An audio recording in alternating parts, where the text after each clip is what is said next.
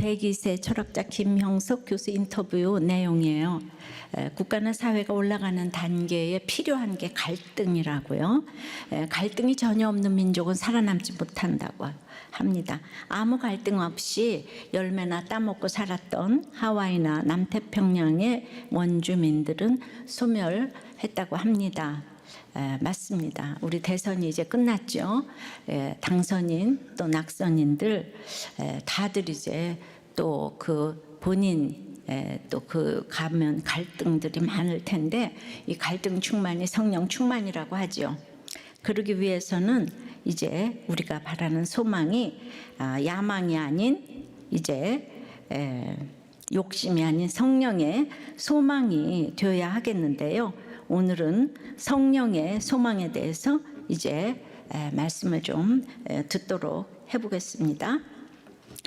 성령의 소망은 첫째, 죽은 자의 소망입니다. 6절부터 읽을게요. 바울이 그중 일부는 사두개인이요 다른 일부는 바리새인인 줄 알고 공회에서 외쳐 이르되 여러분 형제들아 나는 바리새인이요 또 바리새인의 아들이라 죽은 자의 소망 곧 부활로 말미암아 내가 신문을 받노라. 그 말을 한즉 바리새인과 사두개인 사이에 다툼이 생겨 무리가 나누어지니 이는 사두개인은 부활도 없고 천사도 없고 영도 없다 하고 바리새인은 다 있다 함이라. 산헤드린 공회에서 범사의 양심을 따라 하나님을 섬긴다고 했다가 그 입을 치라 하고 신문을 받던 바울이 이제 위기에 놓였습니다.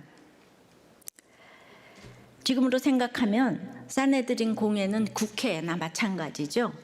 바울 한 사람이 이제 예루살렘 교회 지도자도 모으고 수많은 유대인 무리들도 모으고 로마 천부장도 부르고 이제 한 나라의 국회도 소집을 했네요. 놀랍죠?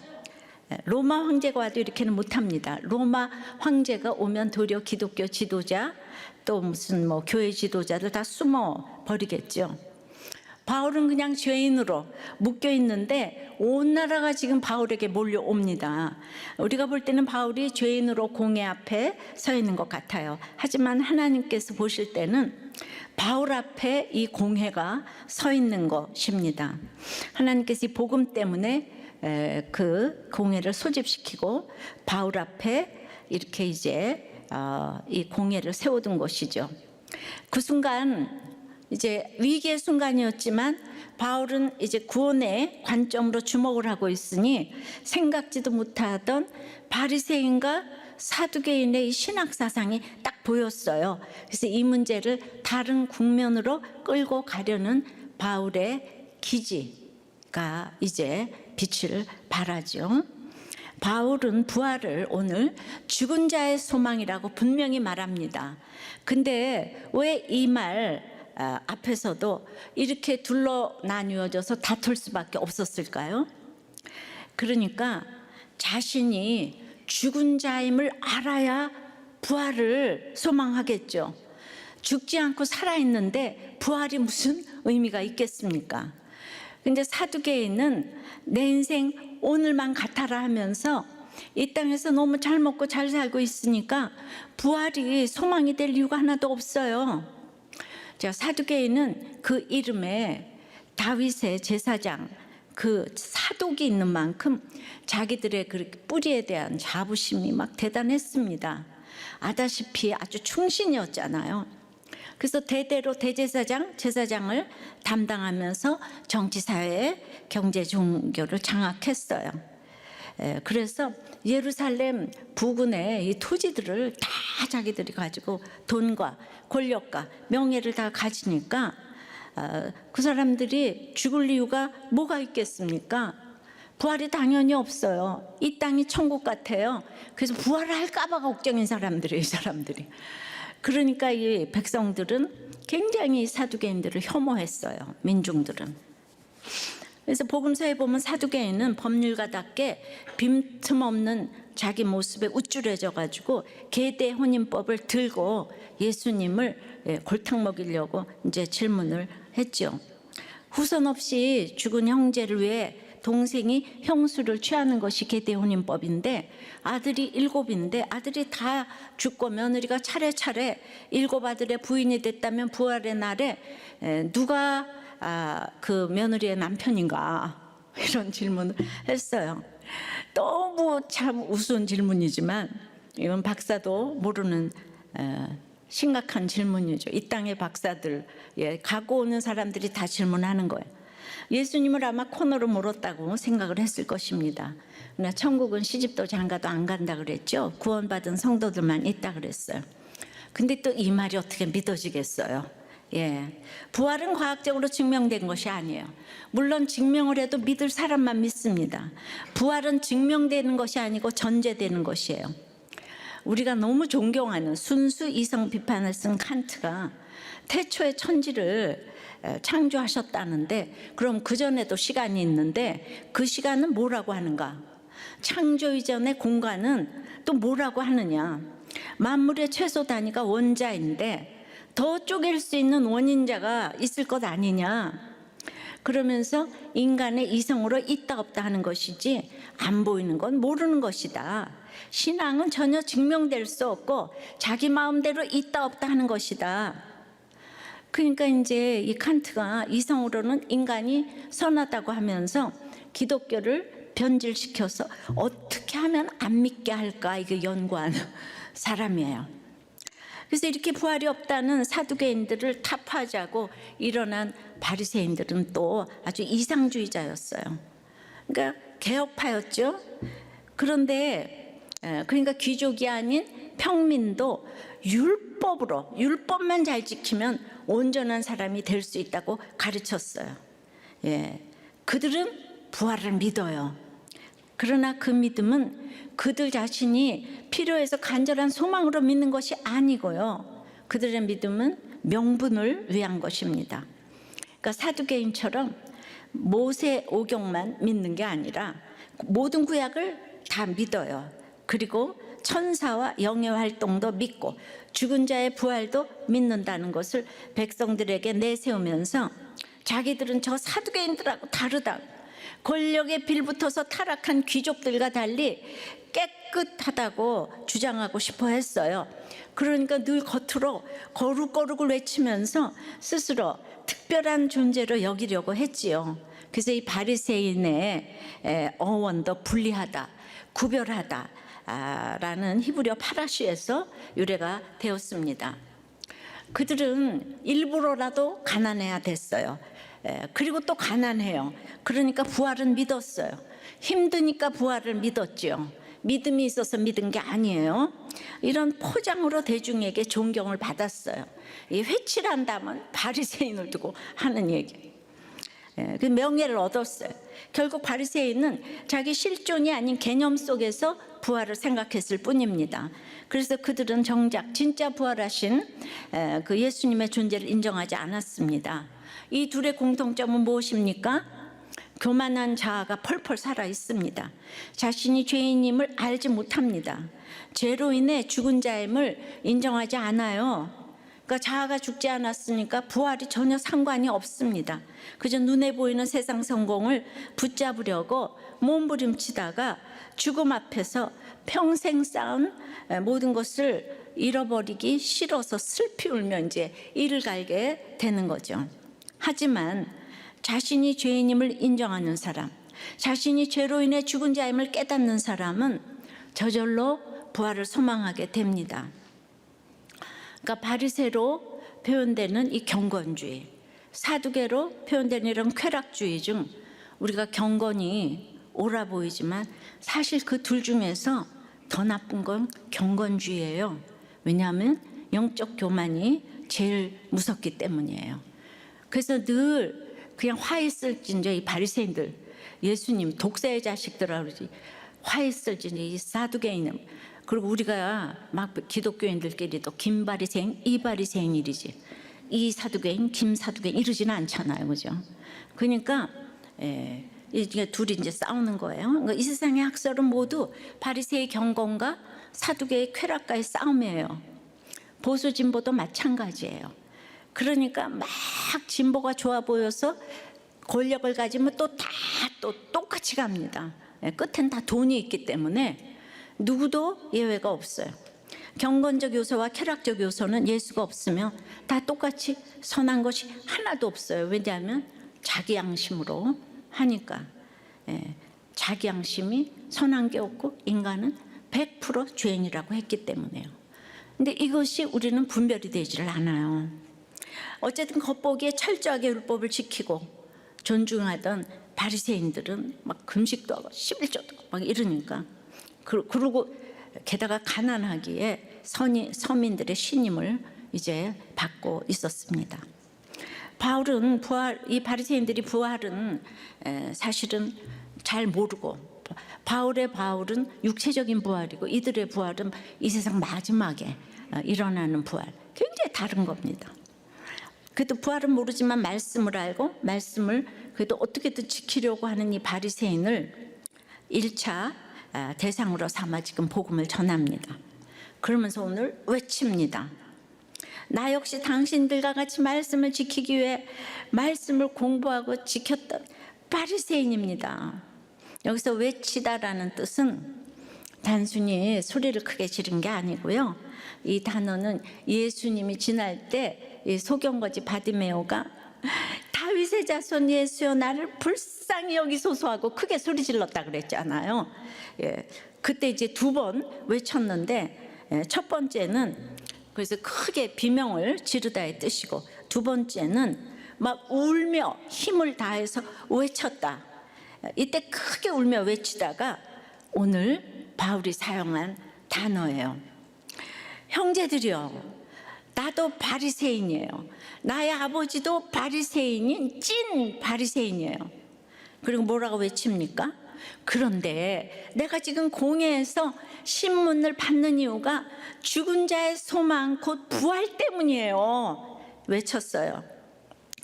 그런데 내가 예수 믿는 자들 죽이려고 다메섹에서 공문받아 가지고 가다가 부활하신 예수님을 만났어요. 바리새인들은 부활을 믿지 않아요? 그런데 이 바울의 울부짖음과 외침은 예수 믿기 전에 그 죄인들이 내는 소리가 아니라 진짜 죽은 자의 소망 되시는 주님의 부활을, 진짜 주 안에서 자기의 죄됨을 보는 그런 주님의 부활을 천둥과 같은 울부짖음으로 외치면서 그 외침이 공회를 휩싸고 강타했습니다. 사두개인도 바리새인들도 처음에 출발은 다 좋았어요. 근데 권력을 잡으면 다 타락을 해요. 이 쾌락이나 경건이나 주님이 없으면 소망이 없습니다. 그러니까 부활을 외쳤지만, 이렇게 사내들인 공회인은 부활을 개념적으로 믿는 자, 안 믿는 자가 같이 국회에 앉아 있네요.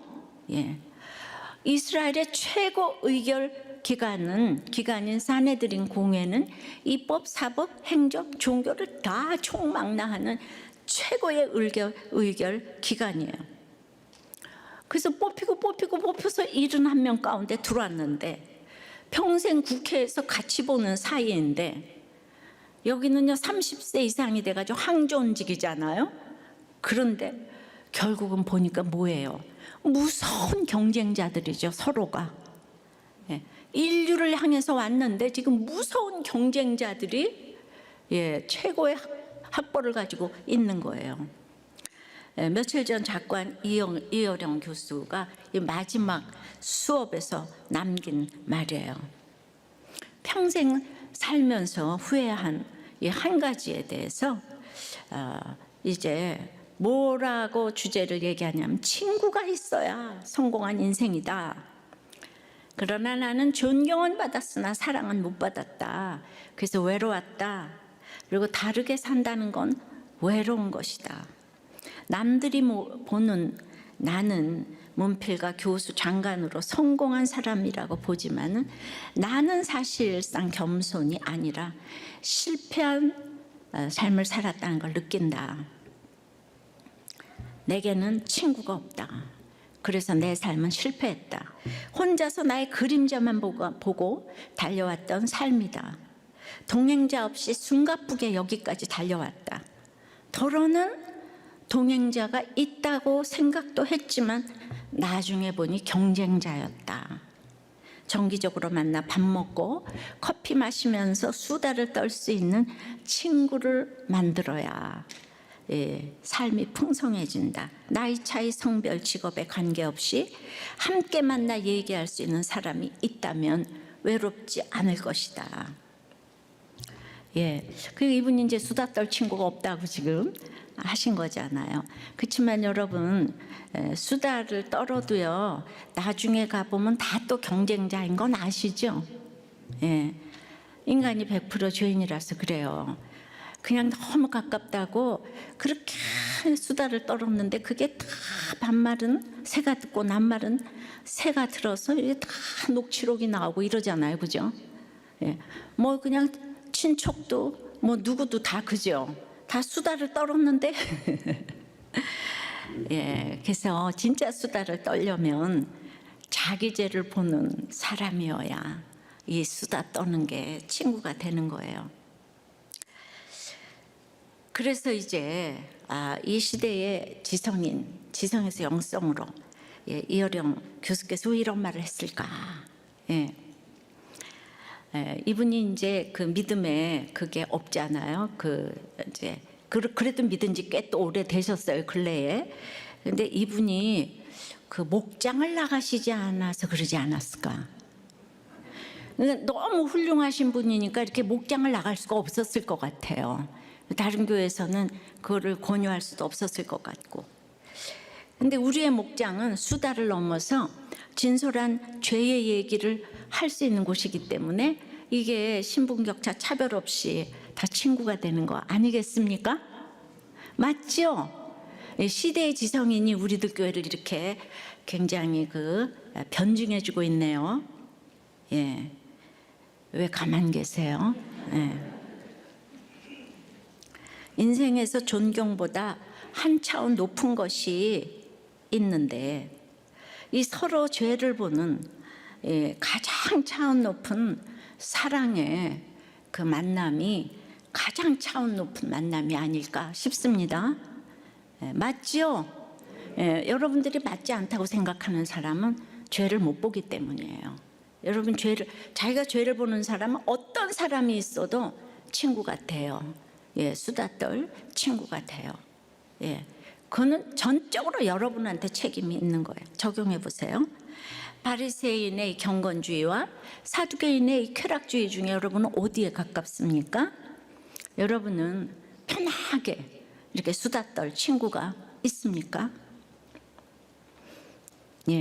그냥 수다 떨면 안 되죠. 자기 죄를 봐야죠, 그죠? 이렇게 부활 얘기를 하자 공회의 분위기가 확 변합니다. 성령의 소망 둘째는 그래서 다툼 가운데 소망입니다. 7절 8절에요. 그 말을 한즉 바리새인과 사두개인 사이에 다툼이 생겨 무리가 나누어지니 이는 사두개인은 부활도 없고 천사도 없고 영도 없다 하고 바리새인은 다 있다 함이라. 이제 바울의 말을 듣고 공회가 딱 둘러 나뉩니다.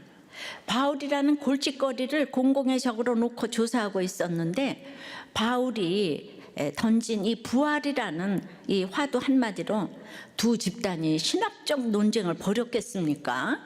아니죠. 그저 그들은 늘 다투고 싸우는 게 전공이에요. 또 하나의 상황을 빌미로 다시 또 싸우고 있을 뿐이에요. 근데 바울이 지금 바리새인과 부활을 하나로 묶어서 자신이 지금 그 이유 때문에 신문을 받는다고 하니까 바리새인들은 마치 자기들이 신문을 받는 것처럼 생각하게 되었지요. 물론 여기 또 이게 영적으로 안 깨달아지는 사람, 어머나 바울이 이간질했네 이러는 분도 있어요. 그러니까 이게 설명이 또 안 되는 부분이에요. 또 저 사두개인들이 프레임을 씌워서 공격을 하는 것이구나. 반대로 사두개인들은 바울을 향해서 또 바울과 한패인 바리새인을 향해 그냥 또 이렇게 분이 났어요. 그래서 그 바울을 조사하던 공회가 자기들끼리 서로 이제 다투게 되었습니다. 우리는 진영 논리를 지금 보고 있잖아요. 바른 말도 네 편이 말하면 안 믿어요. 거짓말도 내 편이 말하면 맞다 하는 거를 지금 보고 있습니다. 우리가 이렇게 성경을 보면서 바리새인 사두개인들을 보게 되면 이런 인간론을 알게 되면은요, 인간론을 알아야 돼요. 성경은 인간론인 거예요. 옳고 그름으로 세상이 알아주는 게 아니고요. 그런 얘기 100번 해도 아무도 안 변해요. 세상에 우리들 교회도 내가 찍은 사람이 안 됐다고 지금 전폐하는 사람이 있다는 거예요. 그러니까 이게 그 옳고 그름으로 100번 1000번 해도 사람 변화되지 않아요. 바로 이 사내들인 공예의 결정으로, 이 똑똑한 사람들의 결정으로 예수님이 틀려서 십자가에서 돌아가셨겠습니까? 바로 이 사내들인 공예에서 예수님을 죽이고 스데반을 죽이고 이제 바울을 죽이려고 지금 재판을 하고 있잖아요. 사내들인 공예는 이스라엘 최고의 의결 기구예요. 이런 것들을 성경을 보면서 객관적으로 봐야 합니다. 항상 구원을 주목하면 보이는 게 있어요. 그래서 9절 10절에 크게 떠들세 바리새인 편에서 몇 서기관이 일어나 다투어 이르되 우리가 이 사람보다 악한 것이 없도다. 혹 여기나 혹 천사가 그에게 말하였으면 어찌하겠느냐 하며 큰 분쟁이 생기니 천부장은 바울이 그들에게 찢겨질까요? 군인을 명하여 내려가 무리 가운데서 빼앗아 가지고 영내로 들어가라 하니라. 이제 바리새인 중에서도 율법의 전문가 중 전문가인 서기관 몇 사람이 나섭니다. 자, 이 서기관은 또 뭐죠? 참고로 공회는 대제사장, 제사장, 서기관, 장로로 구성되어 있는 거지 바리새인, 사두개인으로 구성되어 있는 게 아니에요. 이제 그들 중에 신학 사상이 바리새파, 사두개파로 나뉘어져 있는 거예요. 아셨죠? 그래서 그들이 일어나서 다투었다고 해요. 그들의 열성과 전의를 보여주는 장면입니다. 그러면서 바울에게서 악한 것을 찾지 못했다고 해요. 신문 결과 바울이 무죄 땅땅땅. 심지어 영이나 천사가 바울에게 말했으면 어떻게 해요? 사도행전 5장 바울에서 쓴 가말리엘도 그때 사도들에게 그런 얘기를 했었죠. 그래서 그 영이나 천사가 그들에게 말했으면 어떻게 되냐, 내버려 두라. 그러나 7절에서 시작된 다툼이 더욱 심해져서 큰 분쟁으로 이어집니다. 바울의 이 외침이, 바울의 천둥과 같은 이 울부짖음은 그 공회를 휩싸고 바리새인과 사두개인들의 심령을 강타했는데요. 그래서 부활을 믿는 게 아니라 이게 너무 질리니까 큰 분쟁으로 이어지기 시작하는 거예요. 그냥 아무도 회개하는 사람 없고 지금 이제 싸움이 이제 큰 분쟁으로 이어지기 시작했어요. 지금 보세요. 어떤 누가 말을 해도 회개합니까? 그걸 분쟁으로 이어지죠. 바리새인과 사두개인이 얼마나 심하게 싸웠으면 보고 있던 천부장이 바울이 그들의 이 의에 둘로 찢겨질까 지금 걱정을 했어요. 여기에 쓴 단어는 굉장히 강한 의미인데요. 마가복음 5장 4절에 귀신 들린 사람이 쇠사슬을 끊었다고 했을 때의 이 단어예요. 구약 그 헬라어 번역에서는 삼손이 사자를 찢었다고 할 때 또 이 단어를 썼어요. 그러니까 바울을요, 그 사지를 찢어 죽인다 그러잖아요. 우리가 육시를 한다고 그러잖아요. 양쪽에서 지금 이제 서로, 그러니까 이게 바리새인과 사두개인들이 악다구니로 지금 싸우는 거예요. 그러니까 바울을 서로 붙잡고 찢어질 정도로 아주 그냥 세게 잡아당기면서 심하게 싸우니까 바울이 지금 이제 죽기 직전인 거죠. 그게 그 많은 사람들이 잡아당기면 찢어질 수도 있어요. 이게 그렇게 대단한 사자를 찢는 이런 단어예요. 그 천부장은 로마 시민이잖아요. 바울이 부하들을 시켜서 바울을 무리로부터 빼앗아서 영내로 들어오게 합니다. 여기서 이 빼앗다는 단어도 이제 8장 39절에 보면 주의 영이 빌립을 이끌어간지라. 그래서 그 왜 에디오피아 내시를 전도한 빌립을 이렇게 이제 주의 영이 갑자기 이끌어 내시의 눈에서 사라지게 하신 것처럼, 그때 이제 빌립도 너무 그냥 영적으로 올라가니까 하나님이 쫙 광야로 옮기셨죠. 예, 그것도 빼앗으신 거예요, 하나님이. 우리가 흘러 떠내려갈까 봐. 지금 바울을 로마 군인들의 손을 통해 사내들인 공회로부터 확 빼앗아서 안전한 영내로 들어가게 하셨어요. 죄인의 모습이지만. 예, 그러니까 우리는 늘 기도만 하면 하나님이 제일 좋은 길로 인도하세요. 자, 오늘 보니까 다툼의 소망, 다툴 때의 특징이 나오죠. 먼저는 크게 떠들어대요. 그리고는 이제 일어나서 막 다툽니다. 그리고는 서로 찢겨짐으로 이어집니다. 처음부터 크게 떠들지를 말아야 하는데, 큰 고함 소리가 오가고 일어나 다투기 전에 우리는 찢겨질 걸 생각하면서 빼앗아 영내로 들어가야 합니다. 피해야 합니다. 내 힘으로 스스로 피할 수 없기에 강제적으로라도 빼앗아 영내로 집어 넣어야 합니다. 그 상황을 중재해 줄 천부장이 있고 피해야 할 영내가 있다면 이 분쟁은 성령의 소망이 될 수 있습니다.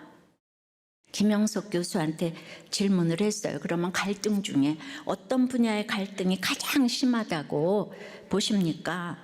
그거는 그냥 당연히 정치 이념 갈등이 1등이라는 거예요. 그러니까 미국, 유럽, 캐나다는 좌우 분열이 진보와 보수로 바뀌면서 공존하게 됐는데, 갈등이 이게 분열이 되면 그 갈등은 생명력을 잃게 되고, 여기 해결책은 좌우로 분열하지 말고 진보 보수로 공존하는 거라는 거죠. 그래서 앞으로 그렇게 열린 사회로 가야 하는데, 그런데 권력을 가지고 갈등을 해결하려고 하면은 이 승자 패자가 생기기 때문에 이건 대화로 해결해야 한다고. 근데 여러분, 대화가 됩니까? 그러니까 아까 이 친구, 수다 떨 친구가 또 그게 있습니까? 그러니까 대화가 되려도 내 죄를 봐야 되고, 친구가 있을래도 내 죄를 봐야 되는데, 부모가 못 보는 죄를 자녀가 보겠습니까? 그러니까 날마다 인본적인 그 생각만 이제 이렇게 하는 거예요. 예. 그 대화가 되려면 우리 가정이나 나라나 다 똑같죠. 늘 중재해 줄 그 소그룹이 있고, 이렇게 피해야 피하고 싶으니 부부 목장이 있다면 다들 찢겨질까 해요. 빼앗아서 목장으로 빨리 보내야 돼요. 말씀이 내 속에 던져지는 목장에서 설령 내 마음이 찢겨졌더라도 그 찢겨진 마음 속에 말씀이 던져지는 목장으로 갈 때, 하나님의 말씀이 살아권동력이 있어서 우리의 모든 분쟁이 성령의 소망이 될 줄 믿습니다. 지난주 이 나눔이에요. 지난주에 아내와 오랜만에 아이 보는 데서 욕하면서 싸웠대요. 그죠? 싸워도 목장을 가야 돼요. 이 목자님 부부예요. 믿음 얘기를 떠나서 불신앙이 아닌가 생각이 들 정도로 싸웠는데, 근데 이번 주 목장에서 아내가 눈물 콧물 흘리면서 이제 목자를 고발한 거죠. 이 목자가 쓰레기인 것을 가감없이 얘기해서 이 줌을 꺼야 하나 생각이 들었는데, 내가 부목자였으면 나갔을 건데. 그러니까 여러분, 목자를 만들어야지, 남편을. 속으로 부글부글 끓는데, 최소한 그래도 이 목자 남편이 겨자씨만한 믿음이 좀 있다는 건 좀 남겨놓고 작사를 해야지, 완전 쓰레기를 만들어놔서 정말 그냥 힘이 들었다는 거예요. 근데 목원들이 목자님 빨리 병원에 가야 된다고 병원까지 예약을 해주셔가지고 토요일에 병원 가서 상담받고 검사지 받아왔대요. 여러분, 이렇게 찢겨지기 전에 목장으로 빼앗아 와야 합니다. 목장 가는 게 답이에요. 답 진짜. 뭐 싸우고 어쩌고 저쩌고 해도 목장 가서 얘기하면은 성령의 이 갈등이 성령의 분쟁이 돼서 소망으로 가게 하는 줄 믿어요. 그래서 이번 주도 어떤 집사님이 그러니까 이제 사소한 싸움이 시작돼서 남편에게 화가 너무 나서 남편 둘이서 이제 서로 또 이혼하자 그러죠. 그 이혼 서류 홧김으로 사인을 했다는 거예요. 근데 나중에 정신 차리고 보니까 이거 진짜 이혼되는 거 아니야? 그래서 여자 목장에 가서 막 나눴더니 그냥 다들 절대로 이혼하면 안 된다고. 근데 정작 남편이 이혼 서류 들고 가출해서 잠수 탔어요.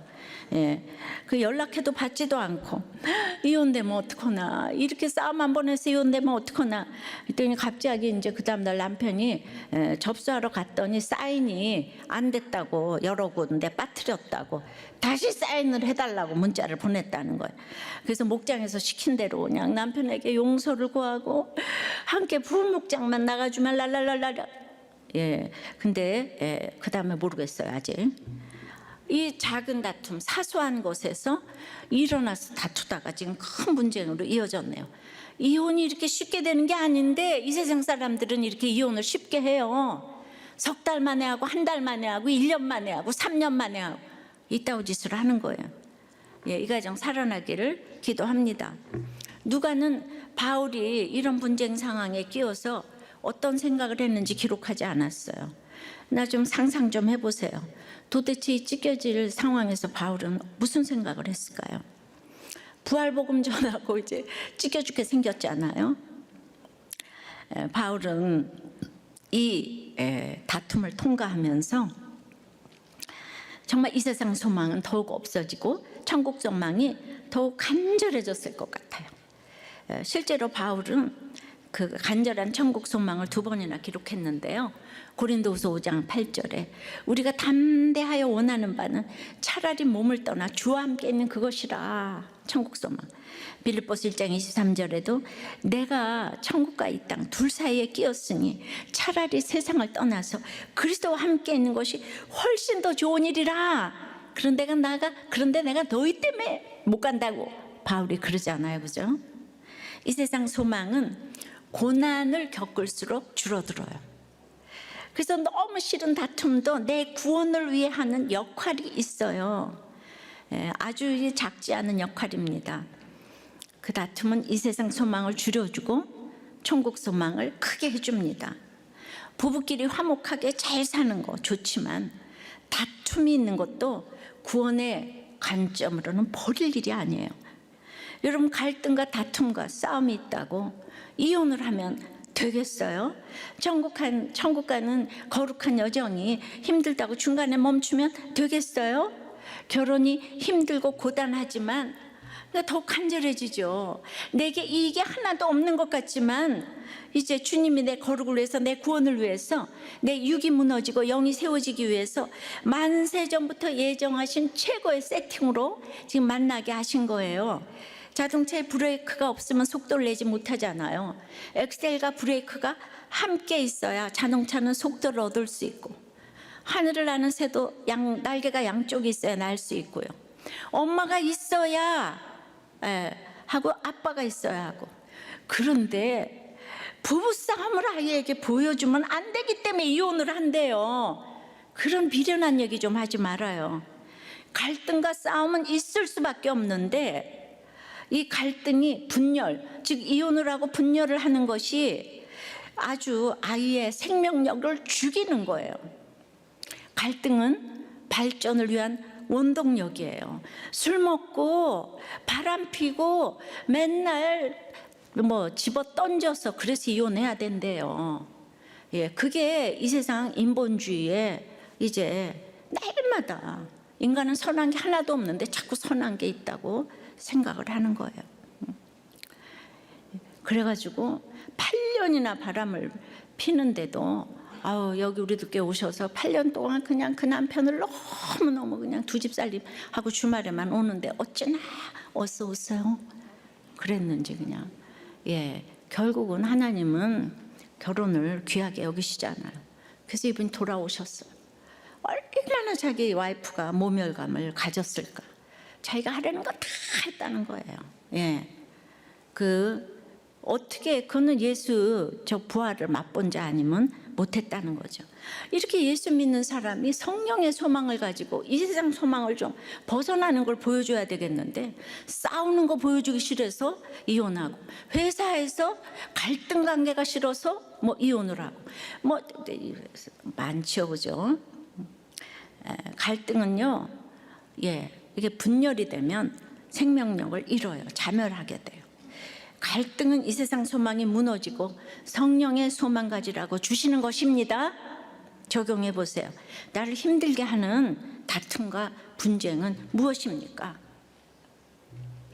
이 분쟁 속에서 이 세상 소망이 무너졌습니까?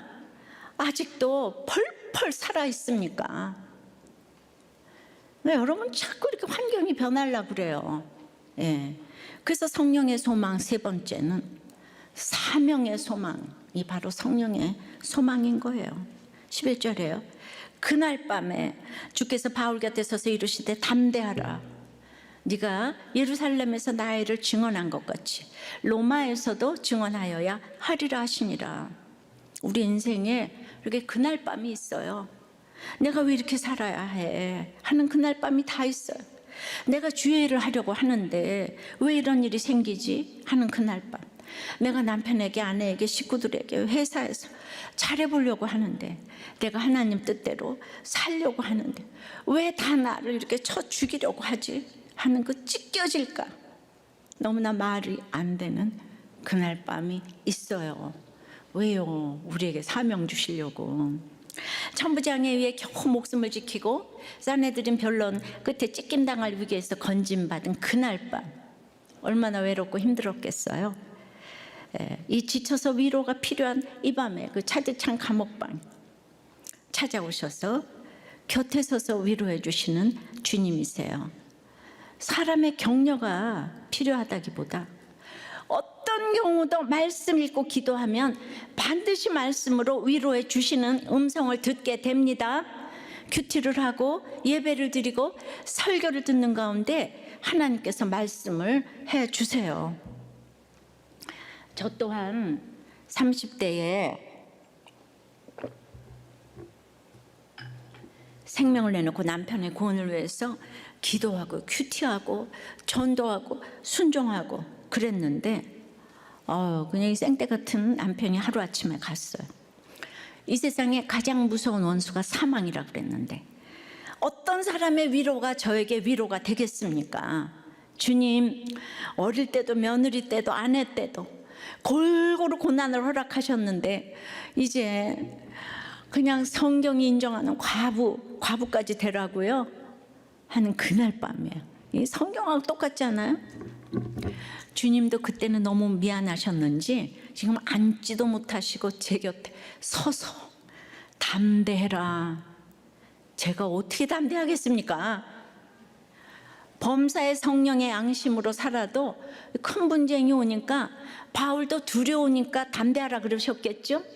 바울도 두려운데 제가 안 두렵겠습니까? 어려움이 클수록 두려움도 커요. 근데 이 단어는 담대해라 이거보다는 안심하라 내니 두려워 말라, 거기 안심하라와 같은 단어예요. 안심해라. 너 할 일이 있다. 너 표징의 인생 살아야 해. 힘내라 김양재. 주님이 한마디 하시니까 하나님의 말씀 살아꾼동력이 있어서 그냥 게임 끝이에요. 자립신앙이 너무 중요한 것을 저는 경험했습니다. 이 함께 하시는 하나님의 말씀의 힘이에요. 바울에게는 주님과의 교제가 실제적인 교제의 힘이었어요. 다들 하나님 따로 또 삶 따로인데 이게 같이 연결되는, 제가 그날 밤 에스겔 말씀으로 저에게 말씀해 주시고 사명을 주셨어요. 너 표징의 인생이 돼야 돼. 그래서 지금 목장에서 증언한 것처럼 로마에서도 증언하여야 할 것이다 처럼 그 일이 그대로 이루어졌지요. 너는 담대해라. 그러니까 우리는 사명 때문에 살고 사명 때문에 죽는 거예요. 야망이 아닌 소망을 가지면 줄 것만 있는 인생을 살게 하세요. 그때 예루살렘에서 또 지금 우리가 당하는 것을 왜 당하는가 생각하지 말고 너 지금 당한 것 같이 로마에서도 증거하리라. 그러니까 돼야 돼요. 그런데 내가 당한 대로 목장에서 지금 증거하잖아요, 그죠? 지금부터 여러분들은 준비하셔야 돼요. 내가 당한 것을 목장에서 그냥 증거하면 돼요. 근데 아무것도 안 당해본 사람은 이 증거를 못해요. 그래서 전도를 못하는 거죠. 그런데도 우리도 교회 같은 교회도 택자는 붙어 있더라고요. 증거할 것이 없어도 택자는 붙어 있더라고요. 지금 힘든 상황에서 증거하는 사람만이 싸울 것이 없도록 붙여주시고 싸울 것이 없도록 모아주십니다. 그래서 지금 예루살렘에서부터 부하거나 비나거나 우리들의 일을 증거를 하여야 합니다. 환난과 결박이 있는 곳에서 이 일을 증거해야 우리들의 로마가 기다리고 있습니다. 나는 로마 가기 싫어. 그래서 나는 예루살렘도 버릴 거야. 나중에 주의 일을 하겠다. 그런 거 싫어. 나는 지금 이혼해야 되겠어. 이런 사람은 지금도 아니고 죽도 밥도 안 된다는 거예요. 그래서 신앙은 인내라고 하죠. 참는다는 거. 우리 스트레스는요 다 있잖아요. 상황은 똑같이 있는데 내 믿음의 분량이 안 돼서 스트레스를 받는 거예요. 똑같은데 그러니까 숨을 이렇게 참아야 되잖아요. 근데 그거 못 참아서 막 숨 쉬잖아요, 그죠? 그러면 가서 CT 찍을 때도 숨 안 쉬라 그러면 안 쉬어야 되는데 이 땅의 육의 원리도 숨 쉬세요 하세요 이거 들어야 되잖아요. 근데 나 못 참아. 그 맨날 난 로마가 싫어. 난 주님께 쓰임 받는 것도 싫어. 그래서 이 예루살렘 떠날 거야. 그러면 안 됩니다. 사람의 위로와 말씀의 위로는 아주 차원이 다릅니다. 성령의 소망은 이렇게 말씀으로 찾아오셔서 사명의 소망으로 이어지는 줄 믿습니다. 다툼의 소망이 사명의 소망으로 바뀌어지는 거예요. 어떤 부목자님이 모든 게 편안해지는 상황에서 코로나와 맞물리며 예배가 무너졌습니다.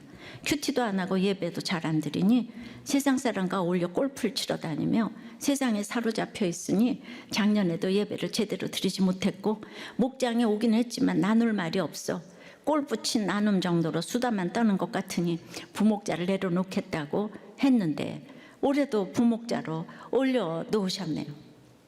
그런데 부목자인 자신이 목자를 도와주지는 못할 망정 예배도 큐티도 안 하고 그저 놀러 다닌다는 나눔을 할 수 없어 목장을 나오지 않았다고 해요. 그런데 얼마 전 예배에도 안 나오던 아들이 엄마 요새 교회 안 나가는 것 같네 묻더니 살만해졌나 봐.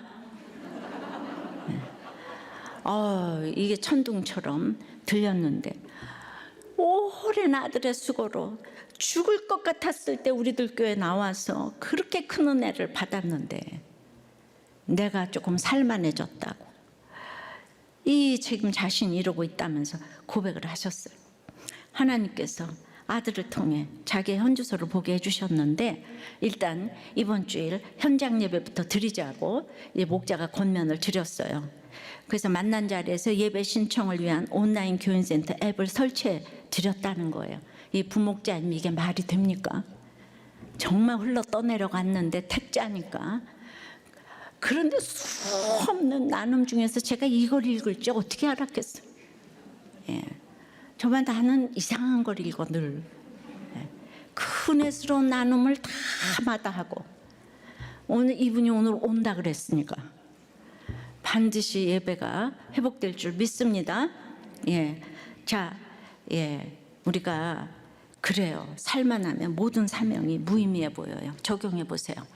여러분은 큰 분쟁 앞에서 사명을 찾았습니까? 요즘 살만해서 사명과 직분이 무의미해 보입니까? 이번에 우리가 이제 우크라이나를 돕기 위해서 이제 선교사님이 잠시 오셨어요. 그래서 그때 이제 영문 큐틴 얘기를 하니까 너무 놀라셔가지고 짐이 많아도 그냥 짐을 빼고 50권 가지고 가시겠다고 하셔서 드렸는데, 루마니아 그 우리들 교회 후원 선교사님 계시거든요. 그분이 루마니아 국회의 상원의원을 만나가지고 국회 조찬 기도회에 그걸 사용하기로 하겠다고 전달을 이제 받은 거예요. 우리나라 국회도 그럼 얼마나 좋을까요? 좀 생각지도 못한. 그래서 그 사진을 우리가 헌금도 보내고 큐틴도 보냈는데 영육간에 이렇게 돕는 이런 기회가 점점 이렇게 더 길이 열리기를 소원해요. 우리가 이렇게 큐티를 하고 있으니까 돕는 것도 제대로 돕게 이렇게 되는데, 지금 이제 그 우크라이나에서 내려왔으면 폴란드, 루마니아 이런 데서 지금 난민을 돕고 있잖아요. 여러분들 계속 기도해 주시기를 바랍니다. 주님, 참으로 소망이 없는 이 땅에서 성령의 소망을 이렇게 자세히 가르쳐 주셨는데 얼마나 말씀이 들렸는지 모르겠습니다. 주님, 오늘 사내들인 공예를 또 생각해 보았어요. 정말 누구도 부러워하는 인류들 71명이 모여서 아버지 하나님, 거기까지 오기 얼마나 힘들었을 텐데 그들이 참으로 나 살고 예수님 죽이자고 이렇게 모여서 싸웁니다. 그들이 입법, 사법, 행정, 종교를 다 책임지고 있는 최고의 의결 기구가 정말 부활을 입으로 믿으면서 그렇게 어려서부터 교회를 다니고 율법을 잘잘 외우면서 지금 이렇게 바울을 죽이자고 예수님을 죽이고 스데반을 죽이고 한 그 인류들의 모임, 사내들인 공회원을 보며 우리라고 다르겠습니까? 우리가 예수 믿는 우리가 다르다면 이렇게 이 나라가 반분이 되어서 이렇게 죽자고 싸우겠습니까? 주님, 예수가 나를 위해 죽으시고 부활하셨다. 이것이 너무 단순한 것 같은데 이게 믿어지질 않아요. 우리 다음 세대를 부르짖고 우리 자녀들을 위해 기도하지만 부모들이 자기 죄를 못 보는데 자녀들인들 어떻게 자기 죄를 보겠습니까? 참으로 수다 떨 친구가 내가 죄를 못 보는데 수다 떨 친구가 어디 있겠습니까? 주님, 어떻게 대화로 문제를 풀겠습니까? 다 본인이 잘났는데. 그러므로 이 다툼 가운데 믿는 우리가 정말 일어나서 빛을 발해야 되겠습니다. 소망이 없는 이 세상에서 아버지의 말씀을 들고 아버지, 내가 증거가 되어서 내가 당한 삶에서 예수가 그리스도다 증거할 수 있는 우리 한 사람 한 사람이 되어서 입법, 사법, 행정 그 한 사람이 다 들어가서 아버지 하나님, 이 세계를 바꿀 수 있는 이 바울 같은 한 사람이 나올 수 있도록 역사하여 주시옵소서. 우리의 다툼이 성령의 양심으로 성령의 소망으로 갈 수 있도록 역사하여 주시옵소서. 이 세계적인 분쟁 가운데 아버지 하나님 말씀 묵상 큐티인이 활성화되게 도와주시옵시고 영육간에 도울 수 있는 우리가 될 수 있도록 주여 역사하여 주시고 불쌍히 여겨주시고 살려주시옵소서. 예수 그리스도 이름으로 기도드리옵나이다. 아멘.